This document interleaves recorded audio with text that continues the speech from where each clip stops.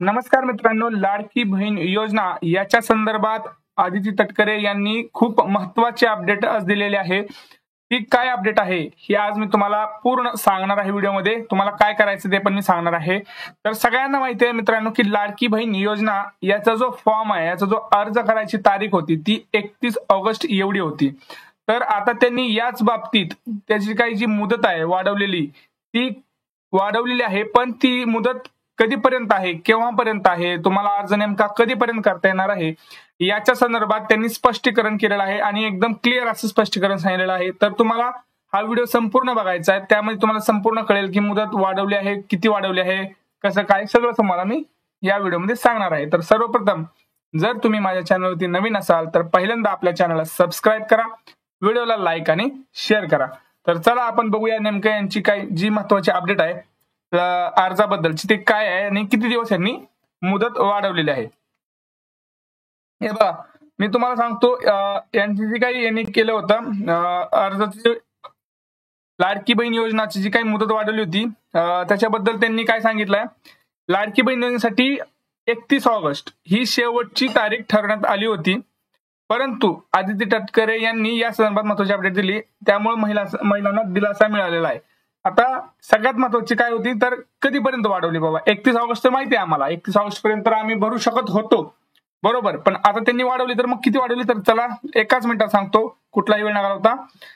मुख्यमंत्री माझी लाडकी बहीण योजनेसाठी 31 ऑगस्ट पर्यंतची मुदत ही अंतिम नसून अर्जाची प्रक्रिया निरंतर चालणार आहे। 31 ऑगस्ट पर्यंत जी काही पहिली मुदत होती मित्रांनो, समजून घ्या आता ह्याचा अर्थ काय। तुम्हाला माहिती आहे लाडकी बहीण योजनेसाठी जी काही फॉर्म भरायची लास्ट तारीख होती ती 31 ऑगस्ट होती, परंतु आता त्यांनी ही अट काढूनच टाकलेली आहे। ही जी प्रक्रिया आहे अर्जाची ही निरंतर चालणार आहे, कायमस्वरूपी राहणार आहे। म्हणजे तुम्ही आता घाबरायचं काही कारण नाही।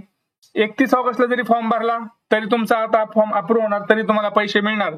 सप्टेंबर मध्ये भरला तरी मिळणार, ऑक्टोबर मध्ये भरला तरी मिळणार, डिसेंबर मध्ये भरला तरी मिळणार। त्यामुळे ही प्रक्रिया निरंतर आता चालू राहणार आहे।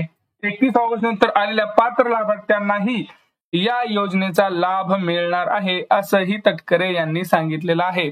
सगळ्यात महत्वाची बातमी आहे मित्रांनो, गडबड करू नका फॉर्म भरताना। आता फक्त एवढंच लक्षात ठेवायचं आता तुम्ही जो फॉर्म भरताय तो नीट भरायचा आहे, प्रॉपर भरायचा आहे।